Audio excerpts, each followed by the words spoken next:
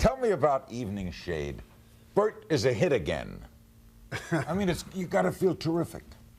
You say that like I'm a grain cracker or something. No, I mean, I mean, I wasn't, I wasn't finished in the business. I was totally washed up. I had my own game show. But you were down, right? I was down.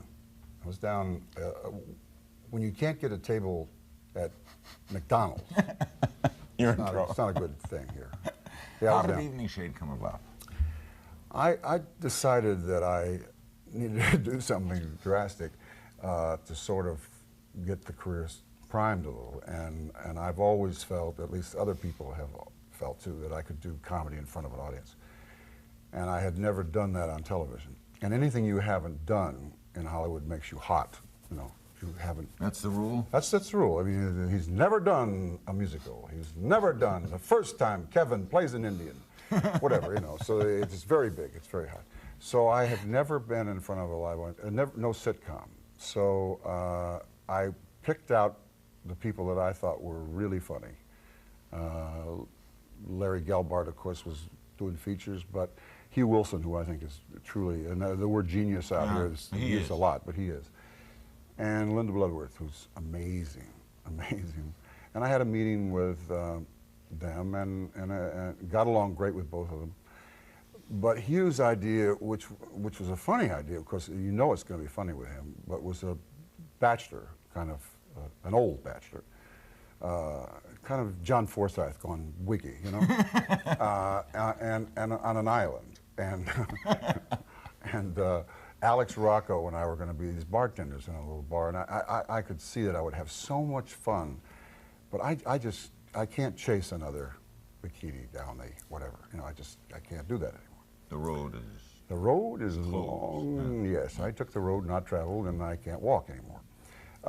So I decided that the best thing I could do was to play kind of, which is always where I've had the most success, to do what was in my life at that time. And now, because I'm married and I've adopted a son, and I feel like Ozzie Nelson, actually.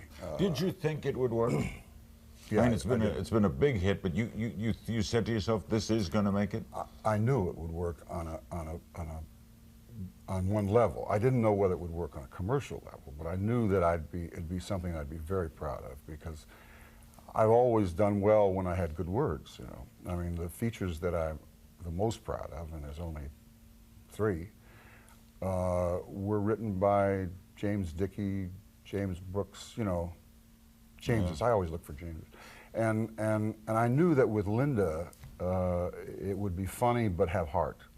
With Hugh, I knew it would be funny, real funny. I didn't know about the heart.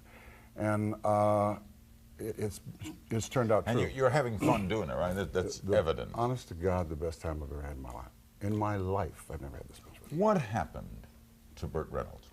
I mean, I guess nobody. I saw 4 guys being, I guess they were critics. I don't know who critics are today, other than, are Siskel and Ebert still alive? Are they alive? They do late night television. I think they're dead, but nobody's told them. But when you get your son of your own, your priorities change, and I don't care about either one of those guys now. Also, I'm in television, and I can say these things. Unfortunately, I used to say them when I was in movies, and these guys never forget anything. They leveled you. Are you kidding me? Level. But I saw these 4 guys on television, and one of the guys said exactly that. What the hell ever happened to this guy? And I think, what's interesting about this town is that when you have a film that doesn't work, you're allowed one. Everybody has one. Some guys, I won't mention names, they've had 20, and somehow they still go on. I had about 2 that didn't work. I'm talking about didn't work in the sense they didn't make money, because I tried to do what everybody said you should do, which is to try different things, etc. And I was getting a little long in the tooth to play this bandit character. Is that all that counts here, the bottom line? That's it? Did it make money or it didn't make money? I think it counts if you're not a critic's darling, which I never was. I was when I first started out, but that was before I started having such a good time. When you start having a lot of fun, then you have to, you know. The critics have darlings, that is, or is there a people they're going to like no matter what they do? Stop it. How long have you been in the business? No, wait a minute. No, I'm asking this seriously. There are guys that couldn't get a bad review. I don't care what they did, because just by the body of their work and the things that these people have said about him before, it would make him look like a fool if they said, you know, he suddenly can't act. He had brain damage or something. What the hell's happened to so-and-so? What was it like for you to have it happen? I mean, you obviously retain your equilibrium pretty well. You were an enormous success. What, 10 years in the box office? Not many people have had that in a run. Well, actually, I was 5 years #1. I was 10 years in the top 10, but nobody had ever been #1. Duke and Clinton, a lot of guys have been there longer than 10 years, but nobody has ever been 5 years in a row, except Shirley Temple and I Now Have Her Hair. So, all right, one would assume you didn't have great financial pressure. You had a nice life in Florida. Things were going pretty well for you. Right. When we come back, what's it like when you have it's okay in one place and it's not there in the other? I'm going to tell you some really interesting stuff. Okay. He will, folks. We'll be right back with Burt Reynolds on Larry King Live. We'll be taking your calls for Burt. Vodka and tonic, please. Thank you. We'll be right. Don't go away. Stay there, Cisco neighbor. Don't go away. Our guest is Burt Reynolds, who in the middle of all of this is asking me about Jewish fighters. Yes, I thought you'd know about sense. that. I just thought you'd know. Why you would get because you're a big fight fan. Yes. Well, I I'm thought a big you'd know. sports fan. Well, I know that. Okay. Do you feel vindicated? Successful television? No, I don't feel vindicated, but I'm not trying to be vindicated. There's not quite. The only revenge is living well. I mean, I'm happy, and that's my, I'm well, and that makes all those guys who were saying those things, and girls and whoever was saying those things, and thought that was very funny. And there's rumors out here. I hear every day. I'm sure that we could talk about a story that's circulating out here. It's been circulating for 2 years about a leading man. That people, if I hear one more time from, always it's prefaced with, I was in the waiting room when he came in the hospital, and you hear this story. That waiting room must be bigger than Kansas. But I've always, and I think, wait a minute, why? And the more this story is told, if in fact this is a story that will never be proven untrue, but in my case, I lived. And well, so all those people that said those things, they must look real stupid now. When you go in a restaurant or somewhere, and you're not a person who ducks, and you see people who really you knew let you down or who didn't come through, what's your reaction to them now? I don't have a reaction that's any different than I had before. I mean, most of the people that I don't like, I didn't like before this.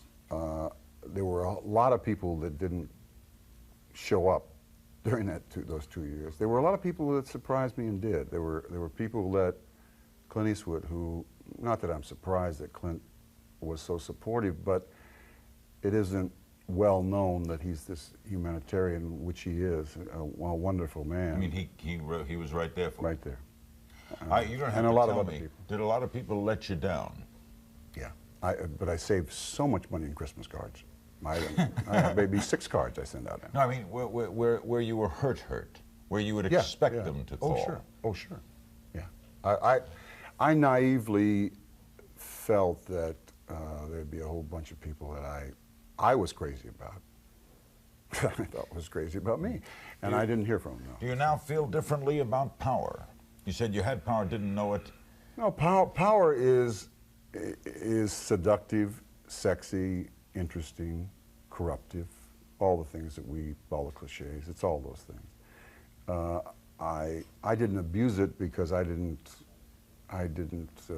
flaunt it, but I didn't use it in the right ways. For a classic example on the way to use power the right way is Costner, where you go and make Dances with Wolves. Now, I guarantee you, however much Mr. Costner loves Indians, couldn't love them any more than I do.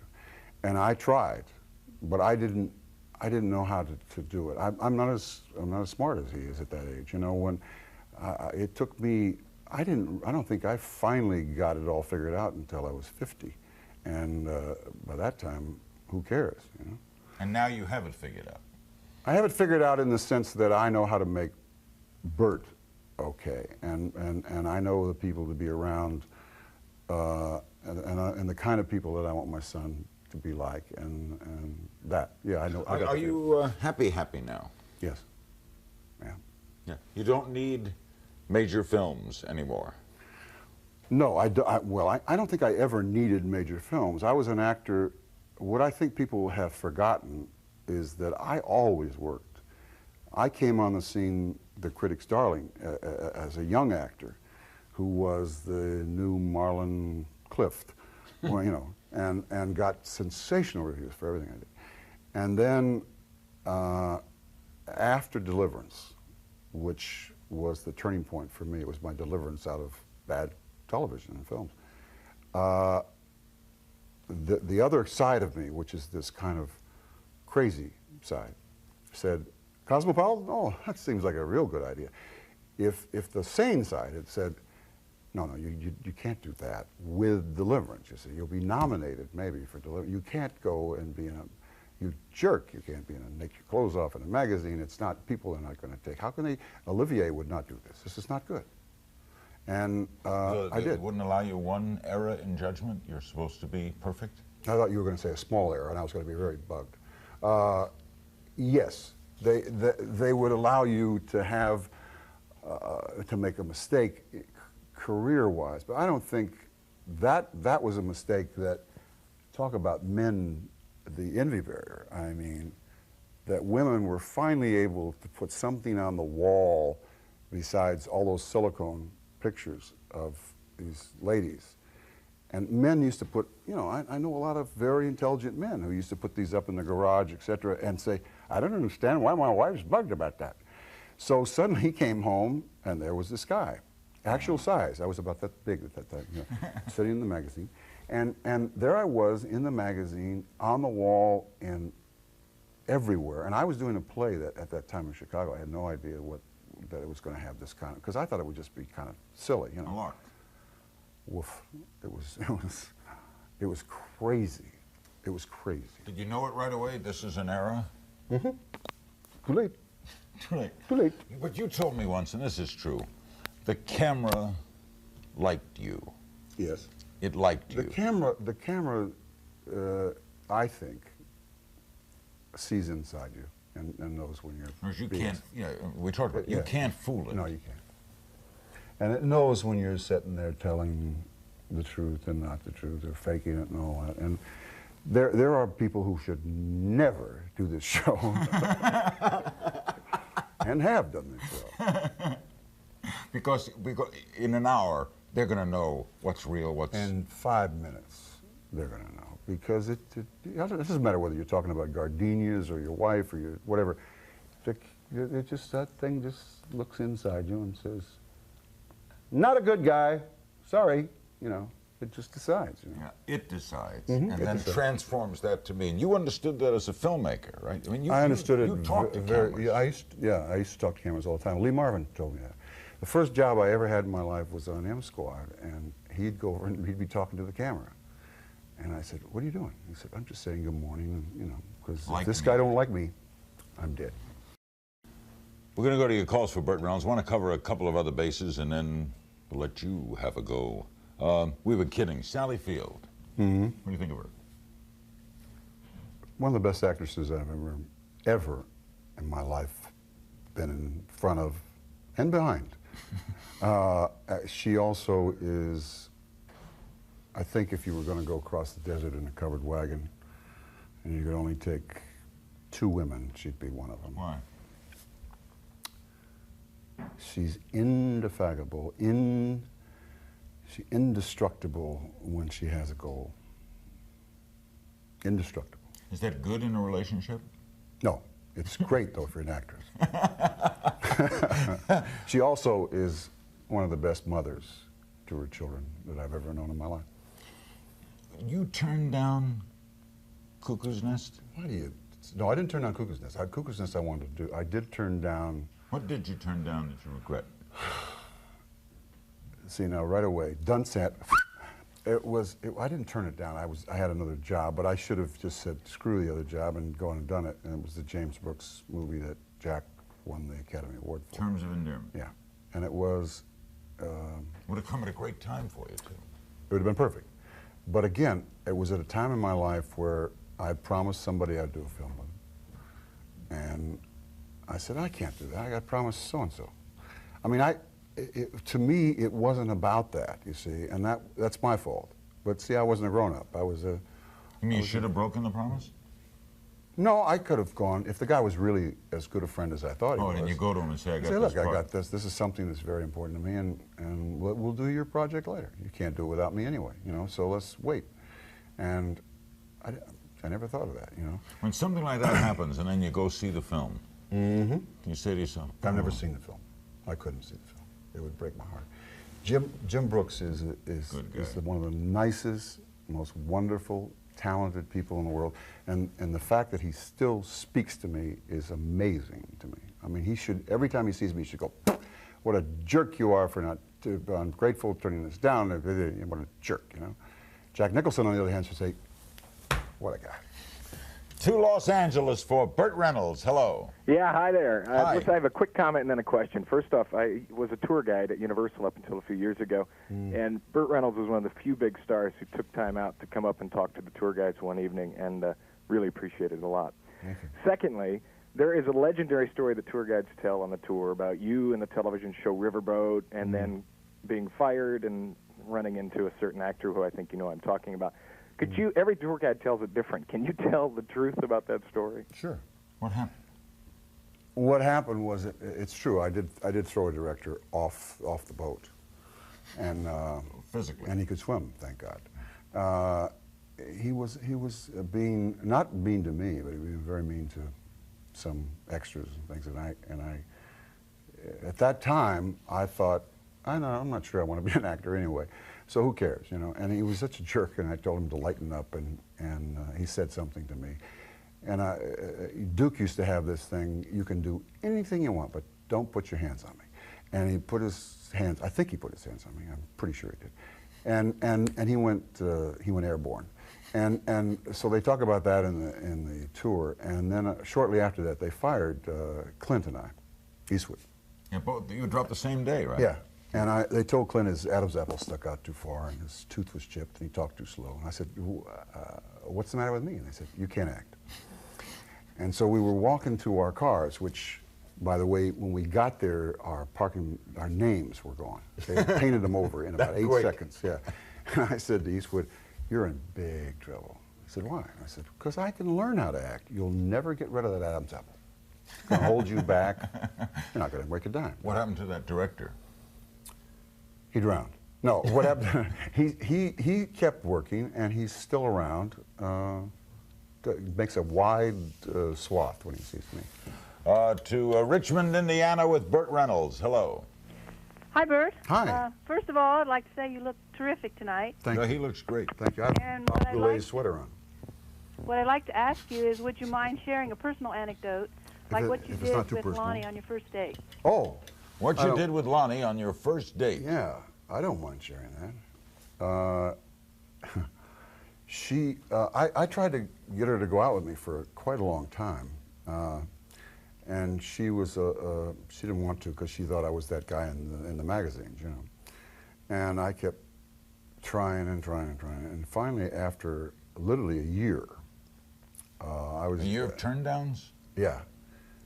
I'm a persistent little devil, you know, when it comes to blondes and somebody is soft and voluptuous, and let's not get into that. And so I said, would you please just give me a chance, you know, and come down and meet my family. so a new one. She flew down, right. She flew down to Florida, and you know what we're like when we get them in Florida. I mean, I have a chance, right? Yeah. Flew her over the Christmas tree at the National Enquirer, which I find a strange dichotomy if you don't want to go into that. And I had a helicopter, have a helicopter that I dearly love. And my father said to me once that no man is as sexy as he is what he does best. And I fly this helicopter real good. And also You took her on the helicopter ride? Yeah, I picked her up at the airport. In my black helicopter. Or she gets off the plane and you said, I said, you want to step over here to my helicopter? That's what I said. and the two of you went, She was dead in the water. I didn't have a chance. She came down there for 2 days, stayed a week and a half. It was very nice. And to answer your question, I think what we did, I'm pretty sure, and Melania remembers everything, which hasn't been good for the relationship. We watched old movies. I love black and white movies, and I love that period. And I think I probably ran Sullivan's Travels, which is one of my favorite pictures. your loyalty factor, big, you once told me that's the biggest thing with you. Yeah. Loyalty, right? Your friends, are your friends Well, ups, downs? Yeah, it's the way it should be, isn't it? Well, this is the wrong town for it, isn't it? I'm not sure this is any different than a little town in Maine. What it is about is that whatever you give, you should get back, and that's basically what it is. Well, I don't mean the town. It's a business where loyalty is hard to It's not a good last. business for that, no, because there's a lot of fair-weathered friends here. But you know, they'll eventually show their true colors.